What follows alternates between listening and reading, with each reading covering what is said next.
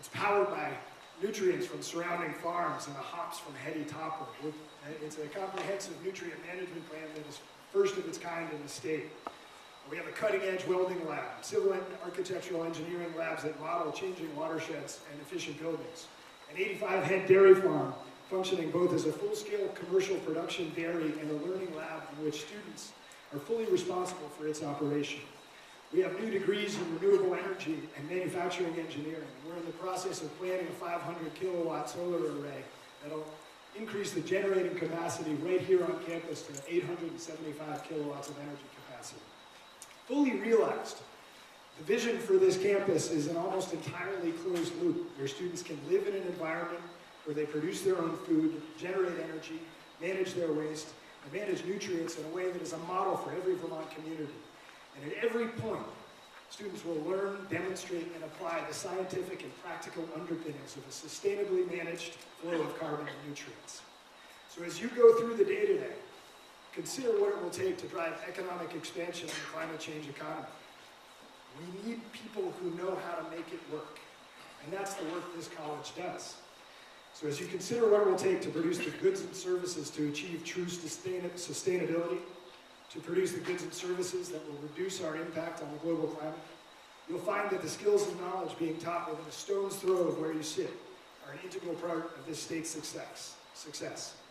That's why I'm incredibly bullish about Vermont Tech. That's why I'm enthusiastic to have this crowd here today talking about the things you'll discuss. And I appreciate you taking the opportunity to visit our little hilltop in Randolph. It's my pleasure to welcome an old and good friend, Greg Brown.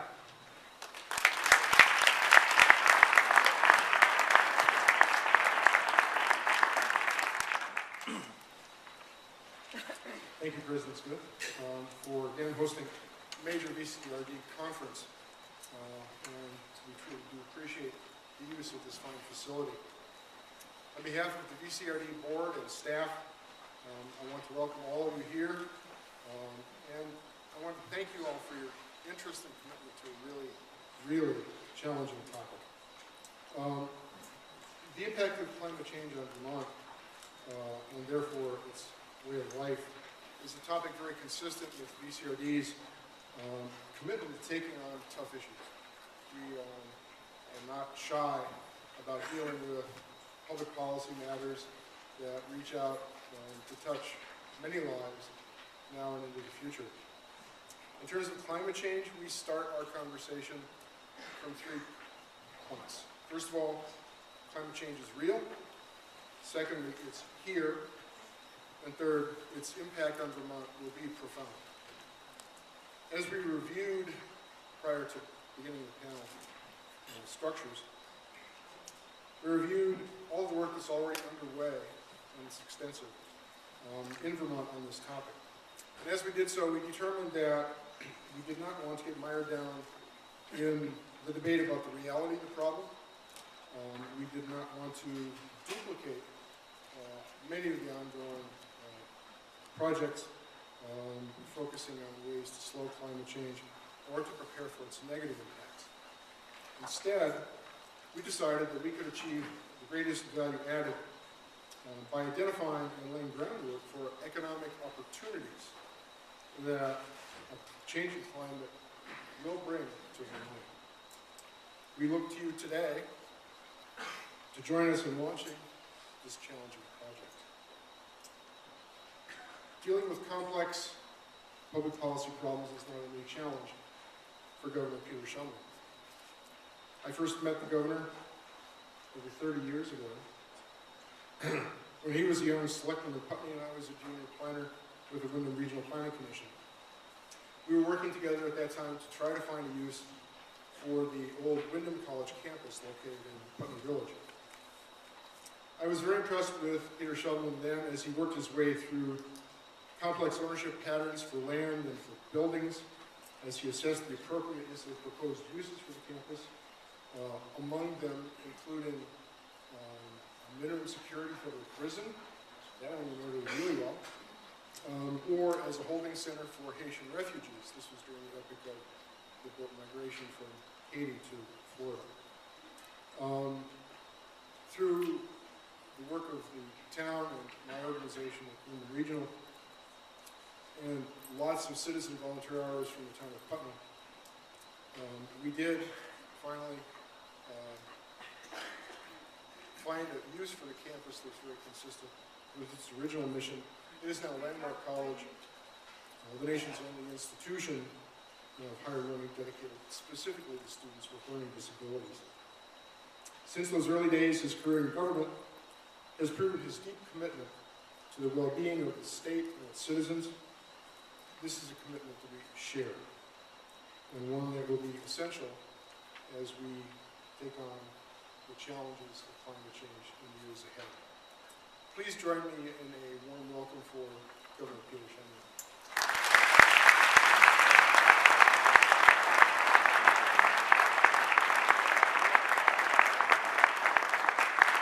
Thank you, Greg Brown. Thank you to Paul and the council for all the good work. President Smith, thanks for welcoming us. Let's give it up to BTC for hosting us today. And thank all of you, 450 people coming together to address what is the most important challenge that we face as human beings.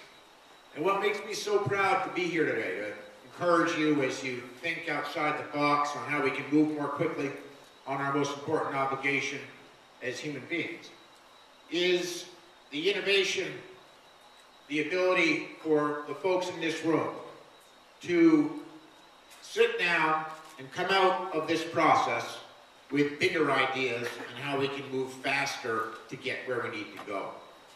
You know, as governor, I see every single day the effects of climate change on Vermont. And we know the big ones. Obviously, Irene was as good an example of what climate change is doing to our planet as anything the Vermonters may see. We sometimes forget that Irene was accompanied by 2 other intense storms within a 3-month period. In some areas of Vermont did equal damage. $1 billion worth of government funding to help us rebuild 500 miles of roads and bridges. Folks lost homes, Vermonters lost lives, we lost businesses, we lost covered bridges that have been with us forever get washed away. But it affects us every single day in our economic future. And as someone, the first governor in a long time who was born and raised in this state, you know, I can remember Vermont without buckthorn. Wasn't that long ago. I can remember Vermont without ticks and Lyme disease. Wasn't that long ago.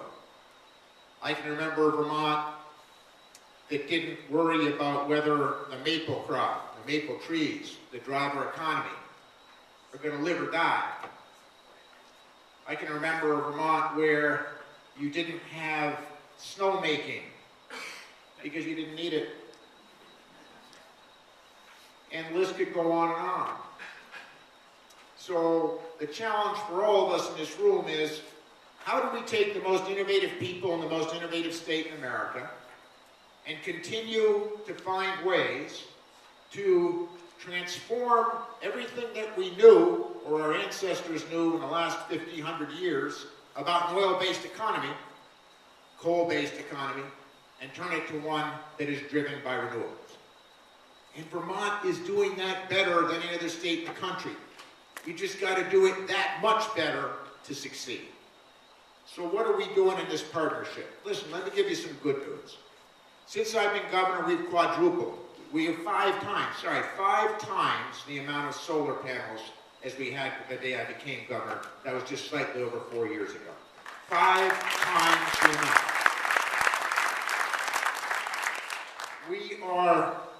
We have created, when we talk about prosperity, and I know that Zigger, Shaw, and others are going to talk about this, but we've created now in Vermont 15,000 jobs from our green economy. 15,000 jobs. When you look across Vermont's economy, we now have almost 4.5% of every single person that has a job is related to Vermont's green economy. And this year, we have more solar jobs per capita than any other state in the nation. Any other state in the nation. So we've got to continue to use the partnership with state government, the partnership with the best congressional delegation in America, Pat Leahy, Bernie Sanders, and Congressman Welch, who all get this. A government that gets it here with entrepreneurs, local communities, to partner to figure out how we move the ball even faster to get off our addiction to oil and to create more jobs and economic opportunity. Now, there's two things that threaten Vermont. One is climate change. The other is a lack of young people. And this isn't just a Vermont problem, by the way. It's true all over the Northeast and all over Eastern Canada. Young people are moving to other parts of the country. The folks who live here look more like me. So, then when Greg Brown knew me, 35 years, 40 years ago. So, here's the other good news. When you get entrepreneurs coming together to solve this problem, to make Vermont the #1 solar state, and we got more work to do, young people come with it. Young people come with it. If you look at the entrepreneurs like Grow Solar, or look at the folks at Sun Common. You know, Sun Common, it used to be that our model for electricity, it wasn't that long ago, was sign up as much generation as you can out there somewhere, build hundreds, thousands of miles of transmission, and bring it into our homes and our businesses. Now, Vermont is leading the microgrid, grow it local, do it green effort. And look at SunCom. They started that company, what, 2 years ago now? I know Dwayne and James are here. 3 years ago. How many employees you got? 62? Well, they're here. How come they're so quiet? But anyway, maybe they're not here.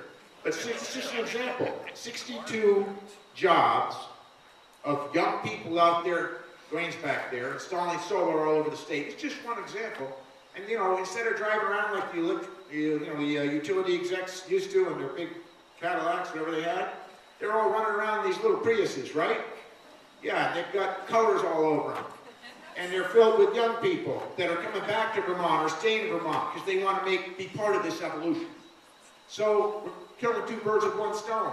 We're going green, and we're getting young people here to help do the work that we got to do moving forward. You can give that example in hundreds and hundreds of businesses across Vermont. Innovation coming together to make it happen. So, what's the model? Here's what we got going for us. A state government that gets it. A congressional delegation that gets it. Commissioners and secretaries across state government who want to put this together to make it happen. But we also have, believe it or not, in Vermont, a utility leadership, along with Velco, that isn't divided on whether or not we need to move from big grid out there somewhere to locally grown power in your backyard. That's unusual. When I traveled around the state to other governors, they say, really? You've got utility execs that aren't trying to shut this thing down? They're trying to build it up. So we have an extraordinary opportunity to continue to show the rest of the nation how we can meet our goal of 90% renewable by 2050. We've got a plan right now to replace the old RPS with a much more innovative plan, the Energy Innovation Program that I outlined in my inaugural address, that's going to give us all more incentives to change the model about this partnership. How will it work? It'll work like this.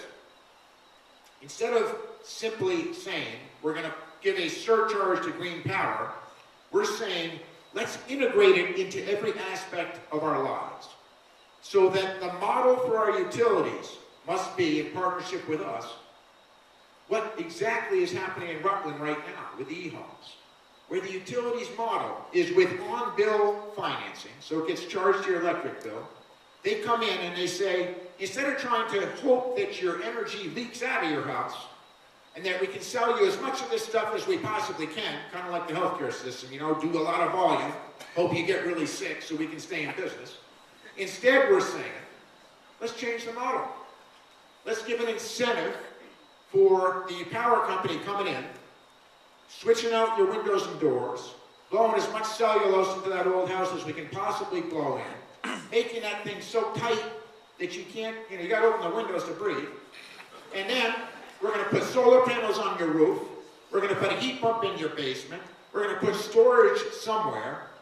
And we're going to get you off oil altogether. We'll cut your power costs to a fraction of what they were. You'll be pumping some back into the grid at a rate that makes sense, and you'll be energy independent, either with your home or through a CSA with the people in your neighborhood if you don't have good solar access right on your roof. That makes sense. That's the model for the future.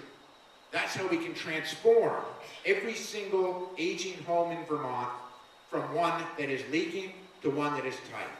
From one that's pumping in power out there somewhere to one that is actually producing locally grown power in a little microgrid. So that's the future. So I just want to say, listen, we're doing pretty well. We got more work to do. We know that the biggest challenge we face is in our transportation infrastructure. We've got to find ways more quickly to move folks to electric cars.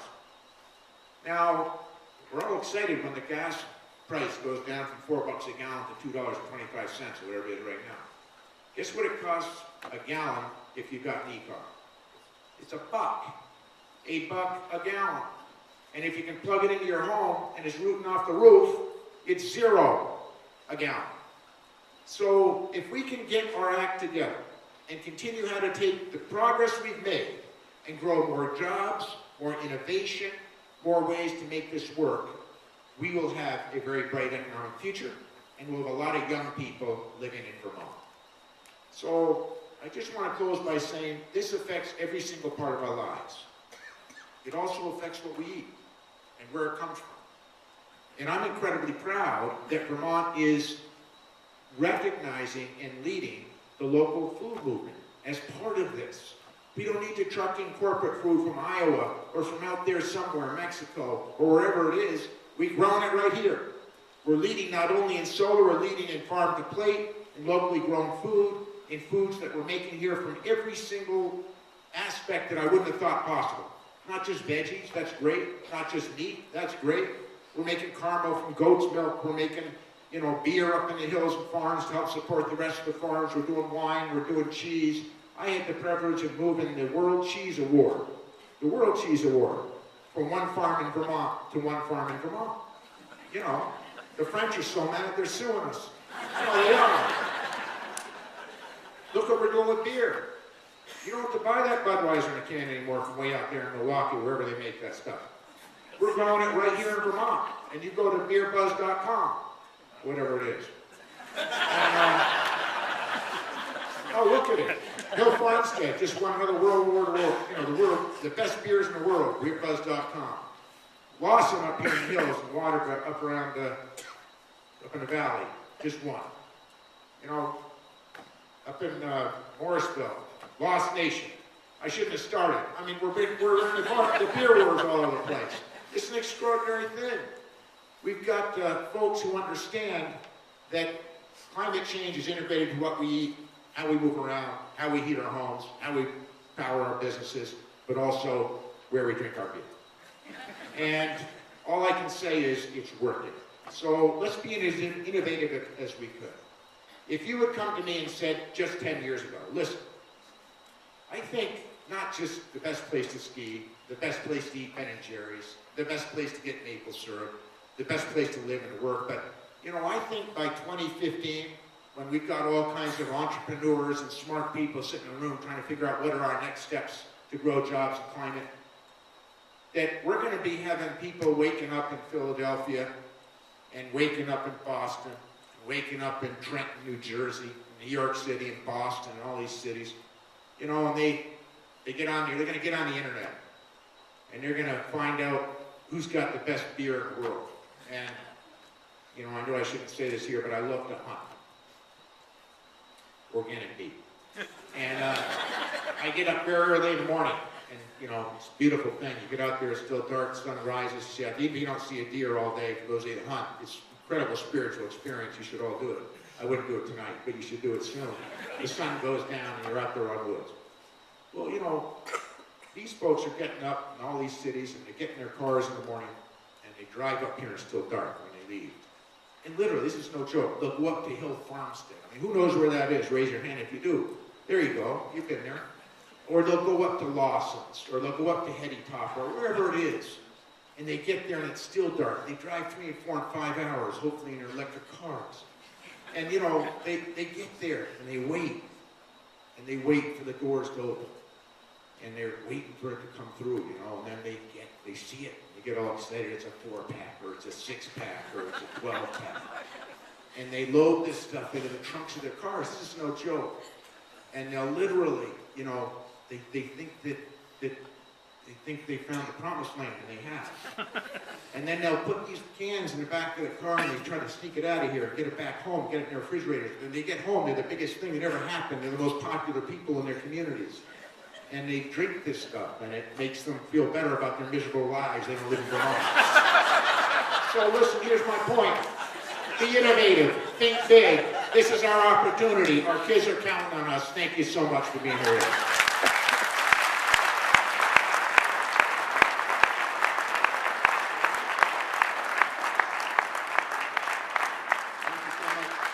Governor Shumlin.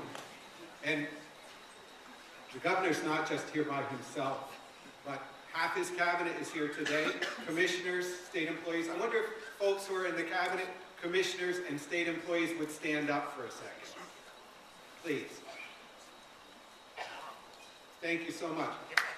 Give them a hand. This is a real commitment.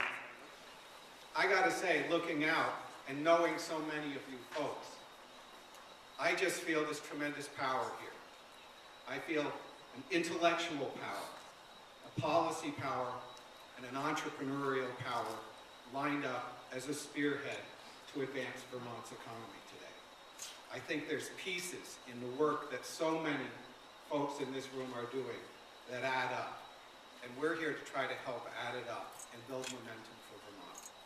When we talk about the climate economy, we're talking about clean energy development and distribution, thermal and electrical efficiencies in buildings, workplaces, and homes, evolving public and private transportation systems, efficient building construction, the working lands economy, farm and forest enterprises, the recycling, reuse, and renewal of resources, building preservation and smart growth development, low-impact knowledge, innovation-based economic development, including the digital economy in our downtowns, arts and the creative economy, outdoor recreation and tourism.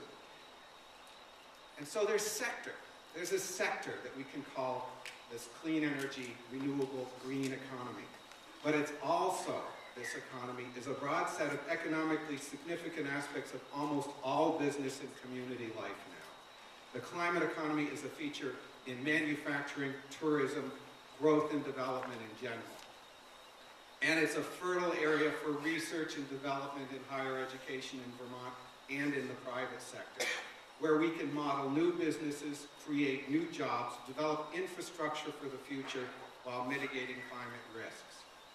We're excited to have all of you together today, and we thank each of you for lending your leadership to this process.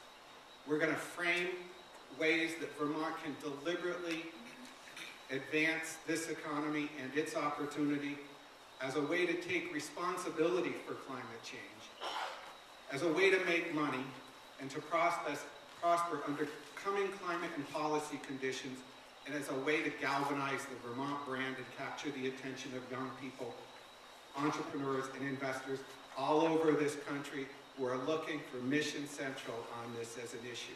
Let's make Mission Central Vermont. Success is going to follow leadership. Prosperity is going to follow innovation, and we have an opportunity to add it up. So I want to just briefly review our agenda here. We call this day a summit because it's designed to add up your ideas.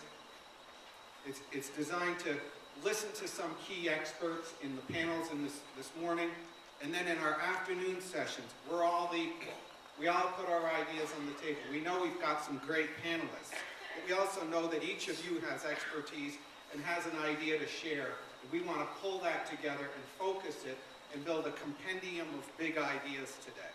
So we're going to come out of this day with a great list of your creative thinking. After our PM work sessions, we have Jigger Shaw here to speak at about 3:25. Then we're going to hear your ideas in work group conclusions after Jigger's done. And then finally at the end of the day, we're going to celebrate some Vermont heroes who've led their communities and accomplished great things, including VCRD's first Lifetime Achievement Award. Please Help us keep it productive. We've got 450 people here. We're going to have to be in the right place at the right time and move through the process of the day. When we break for lunch, the cafeteria can't fit us all. We're going to have some meals back here. If you want to stay here and have time to visit and mingle here, grab one of those box lunches. Otherwise, you'll head up the hill to Morey Hall for our lunch.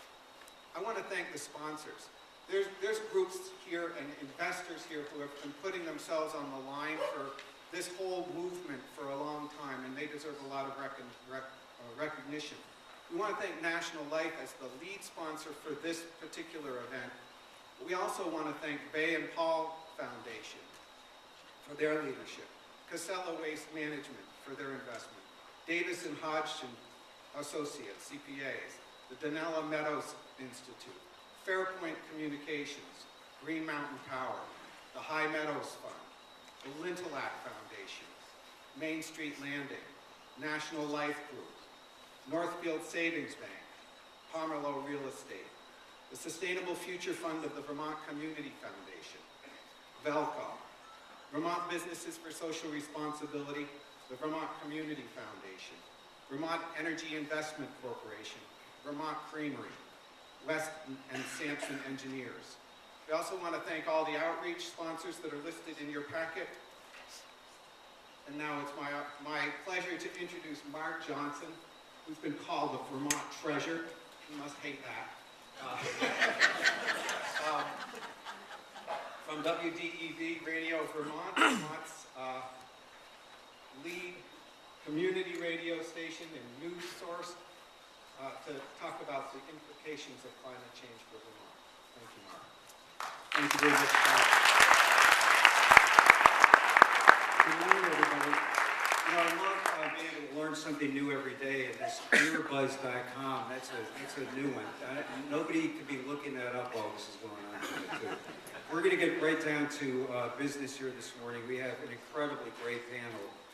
The question that we're going to be dealing with this morning, which will then broaden itself out for all of you this afternoon, is this question of what the effect of climate change will be on the regional and global economy and the ecology and the environment here. We have three great panelists. Let me introduce it from furthest to closest. Jillian Galford is an Earth System Scientist. She is with the Gund Institute for Ecological Economics. Also from that same organization is John Erickson. He is a fellow at the Gund Institute for Ecological Economics at the University of Vermont. If you haven't seen John's documentary on Lake Champlain bloom, it's really a must-see. It's horrifying but illuminating at the same time. I guess like blue-green algae. Also joining us is Alan Betts, who is an atmospheric researcher, works out of Pittsburgh, and is really one of the many great jewels that we have hiding here in Vermont.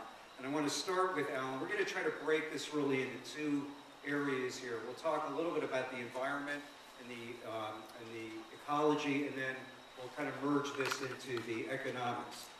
But I wanted Alan to start with us this morning because here we are 10, 14 below degrees on the way in, but it's a bit of a unique situation. Alan?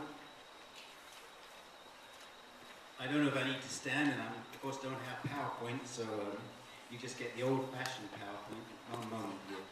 You all know the climate system is changing inexorably. Driver CO2 from fossil fuels. A whole series of processes in water amplify that. More water vapor, the powerful greenhouse gas triples it. But the evaporation from warm lakes and oceans is also accelerating the process. So you might ask, if you haven't been looking, what's happening? Right now we have a cold winter, masses of snow along the coast. Masses of snow along the coast, no problem. The ocean is 2 or 3 degrees warmer in the Atlantic and the Gulf Stream than usual, driving powerful coastal snowstorms, and of course southern New England and the coast are getting dumped. What you may not realize is that, and it was referred to actually already, is that the climate system globally is changing. We are seeing it getting locked into stationary modes around the planet. Right now, only us in the eastern United States and eastern Canada is cold. But the planet as a whole is hitting a new record for January. and you can't hardly see this except in the front row, that's the average January temperature anomaly. And those brown-red blobs, the whole of Eurasia, for example, is as much as 7 to 10 Fahrenheit monthly average above normal. Western United States and Canada also very hot. California hit a new record for November, December, January, new 120-year record temperature, and you know they're having temperature drought problems. We are a pawn in that global pattern. Put your mind back a couple of years to 2012, no snow, warm temperatures. We were in the warm blob and stretched all the way across North America. Somewhere else in the world it was cold and warm elsewhere again. We have to do what we can in Vermont and build our resilience here, but we have to understand this global picture. And one of the reasons for localization, locally we have things under control. Globally what's going on may not be under our control. So I think that's the introduction you wanted to give me. Well, if you want a nice anecdote, it's so warm in Yellowstone that grizzly bears are coming out of hibernation. We're going to talk about the impact on the environment. Jillian Galford, in addition to the work she's done at the Gund Institute, also was the lead author on the Vermont Climate Assessment Project. And maybe you could start us off. I want the three of you to discuss the biggest negative impact on the Vermont ecology and environment as a result of climate change. Sure. As part of the Vermont Climate Assessment, I should say that there's a number of folks in the room today who either contributed as authors or as reviewers and input givers along the way. So thank you to everybody who's here today. You know who you are. So looking at climate change across Vermont, what we really focused on is how has climate changed in Vermont since 1960. And no matter what season you look at, what weather station you look at across the state, we can find clear signals of climate change. And this is coming particularly during overnight temperatures. So if you think in the winter, it's not getting quite as cold at night on average. And in the summer, it's not cooling off as much. And this has big impacts, health impacts. For example, if we have a heat wave, if it doesn't get down into the 70s at night, you actually get more heat-related illnesses from a stretch of days with 80-degree overnight temperatures than just one 95-degree day. So there's a lot of changes we've seen already, and a lot of these changes will continue into the future. And Alan and I can provide lots of information on the exact numbers and such. But what I think is a really key message is that we know what the general trend is going to be, and we have a clear idea of where Vermont's climate is going. It's warmer, and it's getting wetter. What we don't know is exactly when these changes will come in terms of their seasonality. So for example, right now we're locked in a very cold period. This temperature, though, is probably fairly average if we look back 30 years. It's unaverage if we look over the last decade. Our new normal is much warmer than this winter. And we're stuck in a cold period. We also see during the period of Tropical Storm Irene, we got locked in some wet periods that summer that just brought rain after rain after rain. Those things are very hard for us to predict, for meteorologists to predict on even a 5-day future cast versus, you know, what's going to happen this summer, what's going to happen next summer. So I think those are really the biggest risks to us, is that we know these changes are coming. We're going to get more precipitation. We think it's coming in larger storms, but it's going to be very, very hard for us to predict exactly when those storms are going to hit. So I think going forward, we're really talking about risk management and knowing what the variability in our climate system is and where our vulnerabilities lie, which I think we'll talk about more today. Great, thank you. So I work in a field called ecological economics, and for many of you that might sound like an oxymoron. My whole career has been an oxymoron. How do you connect ecology with economics? But fundamentally, what we're talking about here in Vermont, and I think the theme for this day, is that healthy economic systems and healthy ecological systems absolutely go hand in hand. And so to me, when I think about climate change impacts, I think about the stability of the system, the variance of the system, the predictability of the system. Healthy economic systems like predictability, right? They like to be able to adapt to change, but slowly adapt to change. The biggest challenge with climate change is unpredictability, is higher variance, it's wavering between extremes.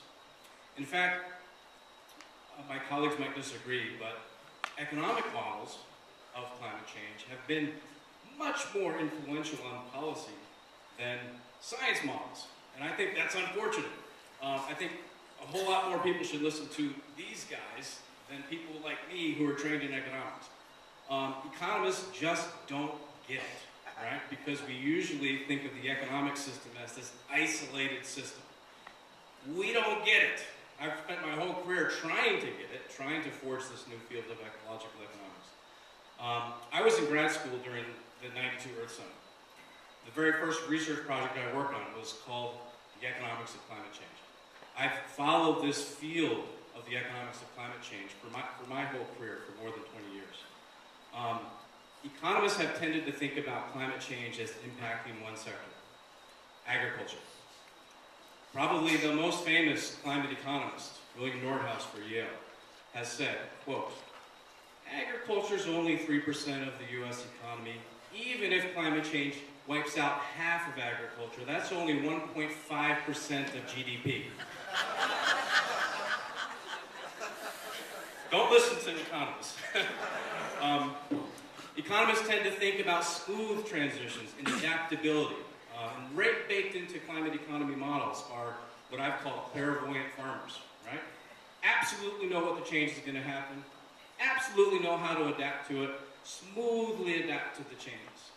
And in fact, climate economists have sort of taken what they call analog climates and have said, well, humans live in diverse climates all across the world, so if Vermont is going to be warmer and wetter, we'll just take a climate from someplace else that's like that, translate it on Vermont, and we'll just see that Vermont will adapt to the new situation. In recent years, thankfully, economists are starting to catch up to the science, are starting to build variability into their models, are starting to think about discontinuous change, are really starting to show that these early models that assumed pure adaptation maybe showed a 3, 4, 5% impact on GDP outwards to 2100. If you just change that one assumption, that we don't adapt smoothly to change, and that's the big challenge for Vermont, those GDP impacts jump from 3 to 5% to 40 to 50%. So that is a huge assumption in the models in this so-called science of economics. Well, we're going over diverse fields here. Of course, if I lose 50% of my diet, I go hungry. And of course, I have a year's supply of food in my larder from growing my own. That's local stability.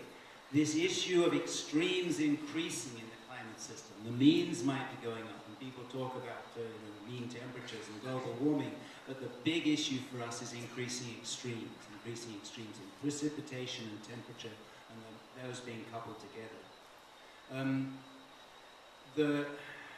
The broader issue of economics is a much deeper one. We run on an economic system that, from a climate perspective, has tried to externalize all the costs. We burn fossil fuel, fortunately we don't have to pay for the bills for that. We refuse to put in place carbon taxes to pay for adaptation and costs right now. Have any of you any idea what the economic costs are now downstream of our fossil fuel economy? The economists will calculate numbers, and they'll be from 500 trillion to 1,500 trillion. Can you imagine your children and grandchildren paying for that out of the economy? And that's just our economic system, not the damage that we do to the Earth system and all its ecosystems on which we're totally dependent for the sustenance of human population. These costs are now astronomical. The other figure the economists like to throw around is that if we spend $1 trillion on mitigation, making this grand transformation by investing in a renewable economy, for every trillion we spend, we save 60 trillion downstream. Doesn't that sound like a good business model? But to an economic model, you discount the future, so it's fantasy economics again. Part of the lesson that we will have to face even here today is that the economic models and the justifications we're running on are not adequate to deal with this. We cannot go on externalizing costs. We've got to cost things. all our pollution waste streams. We've got to manage them all, we've got to cost them all. And we have to move to things like a carbon tax, which you notice the government very carefully avoided mentioning. The economic system will not make the transformation, and even if it's at the symbolic level, even if we only put a 5-cent carbon tax in Vermont, oil, gasoline just dropped, and we escalated 5 cents a year, you know, waiting for those people around us who are going to be terrified that we've taken this courageous step. And we just look how much gasoline has dropped in a year. 5-cent tax, specifically called a carbon tax, recognizing we have to nudge the economic system, is a trivial thing. But it's the sort of leadership that Vermont could step forward, map it into the future, and yes, our neighbors would join us. Would you?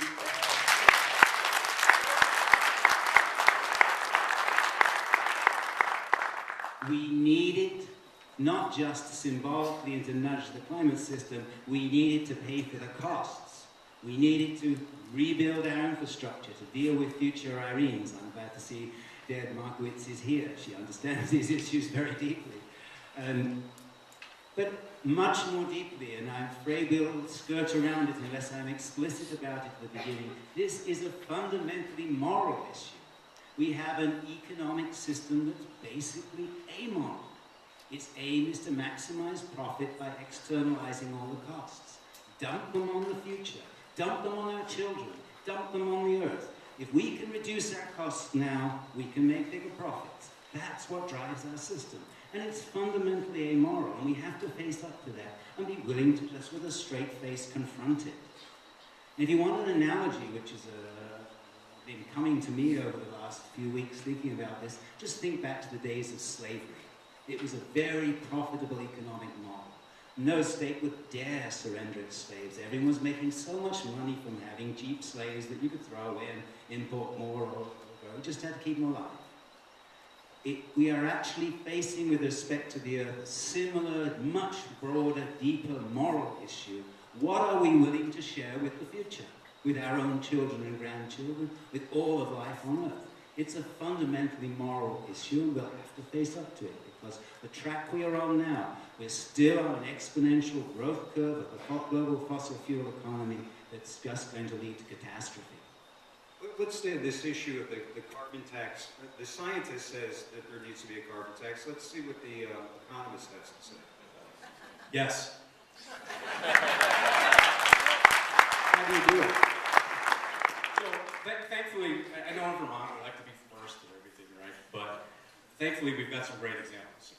Others have gone before us on carbon taxes. Some nations have been taxing carbon since the early 1990s. We often look to the example of the province of British Columbia because it's a recent example, it's a subnational example, and they've done it in a way that I think is really smart for Vermont to learn from. They've tied it to a notion of fiscal responsibility, of tax fairness, of increasing the competitiveness of their industry, and, oh, by the way, reducing carbon pollution. We've got 6 years now of experience with the British Columbia carbon tax. They implemented it in 2008. It started at $10 a ton of CO2 and has ratcheted up to $30 a ton of CO2, which is the equivalent of about 25 cents a gallon now. It's a carbon pollution tax that is levied on all carbon-based fuels in the province. And their tax was designed to be revenue neutral by law, right? So they said, why are we exporting all of this money to foreign fuel developers and distributors? And why don't we sort of tax the things that we don't want, carbon pollution, and then use that money to invest in things that we do want, jobs, employment, and a transition away from fossil fuels. And so they've done this now over the last 6 years. They brought in way more income than they thought they would, $760 million in income, and then they've been able to lower other taxes for that. British Columbia today has the lowest personal income tax in all of Canada, the lowest corporate income tax in all of North America, and, oh, by the way, they've reduced their fuel use by 16% over 5 years. So it's achieved what it was supposed to do. It's a tax reform strategy. It's a tax fairness strategy. It's a fiscal responsibility strategy. And it puts a price on the thing that we don't want. This externalization of a cost to people in distant lands and in distant futures. And oh, by the way, the British Columbia's economy in GDP terms for Canada has outperformed the rest of the nation since 2008. So it's a no-brainer. And in fact, if you look across the scope of economists, left, right, center, everybody is arguing for, if there's one universal chorus that's coming from economics right now, it's tax pollution. Tax bad's not good. You guys have all heard the bumper stickers, right? Anyone know who George Shultz is? Remember that guy? Reagan, Secretary of Treasury, and then Secretary of State. Alan Blinder, who was Vice Chair of the Federal Reserve. Larry Summers, very staunch conservative economist. Gary Becker, Nobel-winning prize economist from the University of Chicago. All of these folks have written op-eds, have written editorials, have written articles arguing for a carbon tax. So the time is for Vermont to lead. We're a small state with a lot of muscle.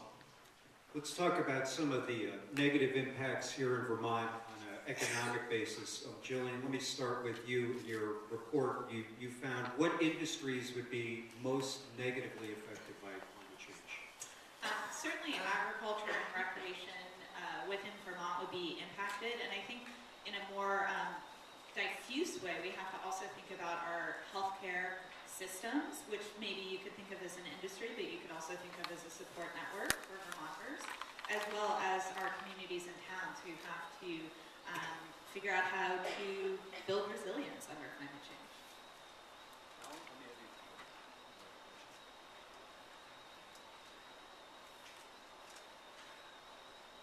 Okay.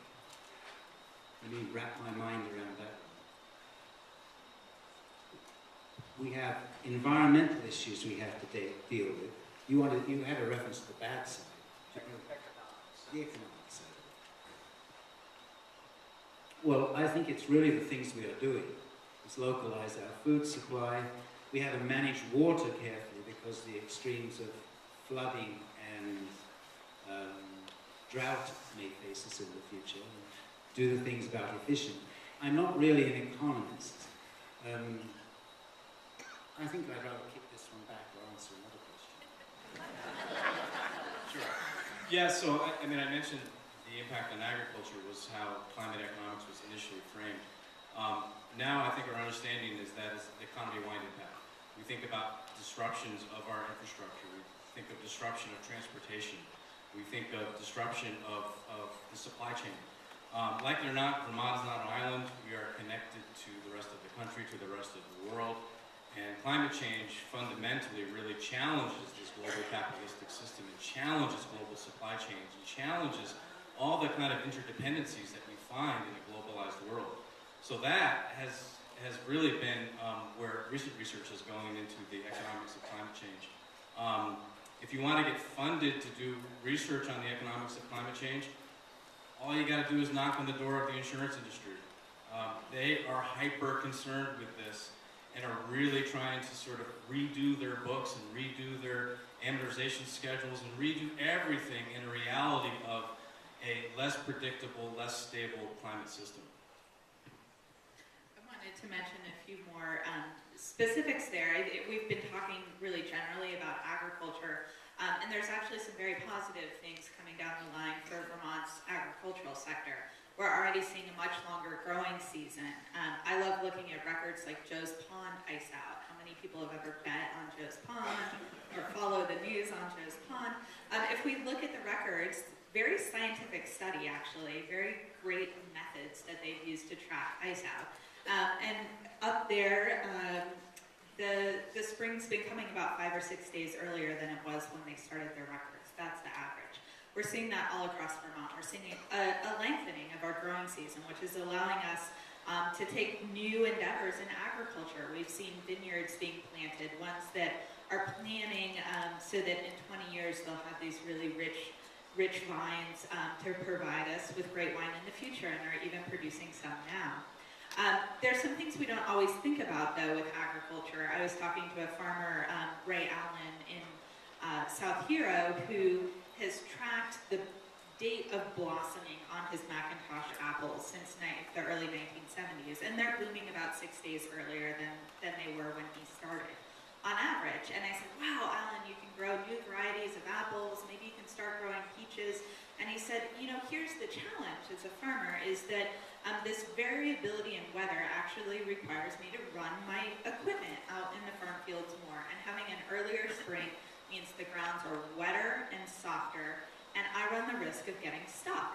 And it's things like this that I don't think all of us really understand until you start talking to Vermonters about what does an earlier spring actually mean to an apple grower. It also brings for him the concern that there will be rains as the trees are flowering. And what does that mean? That means that the trees and the fruit are susceptible to fungal infections that causes utility grade fruit instead of fancy grade fruit that could go to the grocery store and get a better price.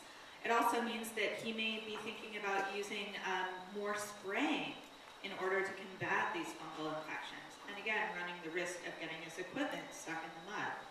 So there's great opportunities, but there's a lot of risk involved in our agricultural sector. And I think groups like this, focusing on rural development, can really think about how do we capitalize on these new opportunities while minimizing our risks. Is it helping with planning for new financial systems? Is it saving accounts in case you get that tractor stuck, but also can invest in new opportunities?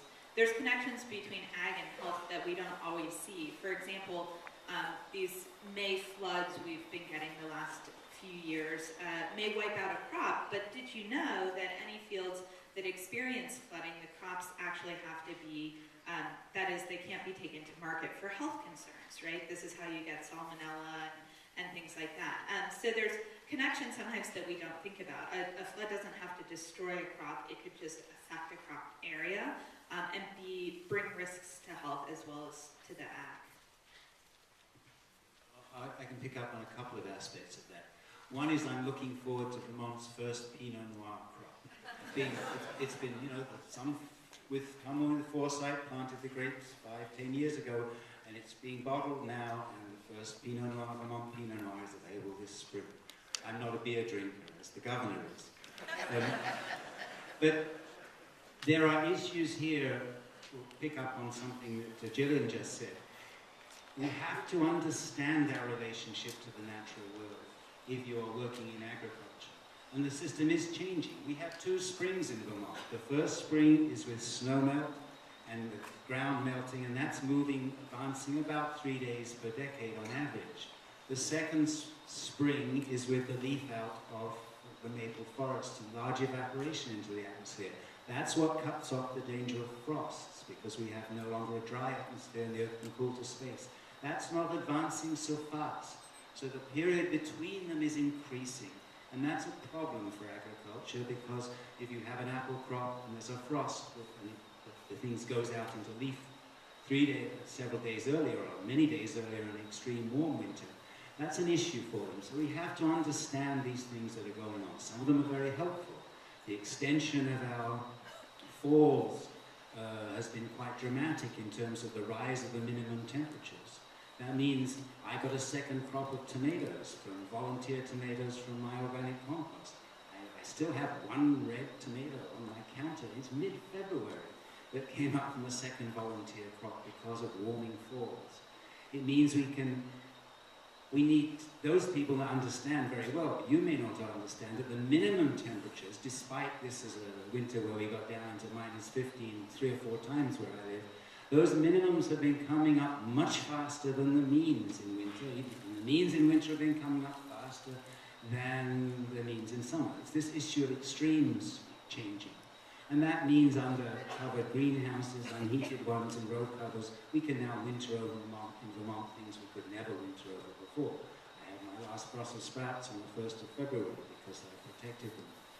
There are lots of understanding the earth, which the governor referenced when he talked about being connected with the wild environment that we live in. We have to get more deeply rooted, and that's much easier for Vermonters than, of course, for the peoples in the cities. So we actually understand what's going on. And the indigenous people still have something, many, many things to help us with it. Some of you need to read the Indigenous Climate Change Adaptation Plan, say for the Mohawk Nation.